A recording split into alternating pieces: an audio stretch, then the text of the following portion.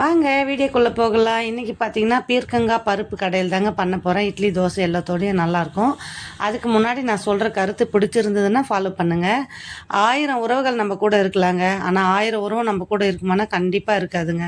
நம்ம பெத்த பிள்ளைங்களே ஒரு கட்டத்துக்கு அப்புறம் பார்த்திங்கன்னா அவங்கவுங்க லைஃப் செட்டில் பண்ணின்னு ஒவ்வொரு இடத்துல இருப்பாங்க. நம்ம என்ன தான் பேசினாலும் திட்டினாலும் நம்ம புருஷன் தாங்க நம்ம கூட இருக்க போகிறோங்க. அதே மாதிரி புருஷன்மாருங்களும் நம்ம மனைவி தான் நமக்கு எல்லாமேன்னு நினைக்கணுங்க.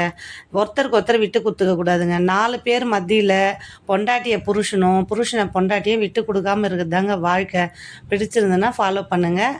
பாருங்கள், பருப்பு, தக்காளி, வெங்காயம், பச்சை மிளகா, புளி எல்லாமே மொத்தமாக போட்டு குக்கரில் மஞ்சள் உப்பெல்லாம் போட்டு விசில் விட்டுருங்க. 3 விசில் விடுங்க.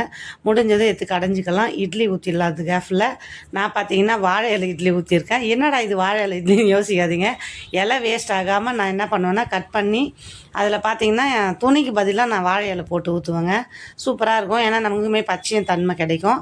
அழகாக இட்லி எல்லாம் ஊற்றிட்டு அந்த பீர்க்கங்காய் கடையில் பார்த்தீங்கன்னா வடகம் போட்டு தாளிச்சிருந்தேன்.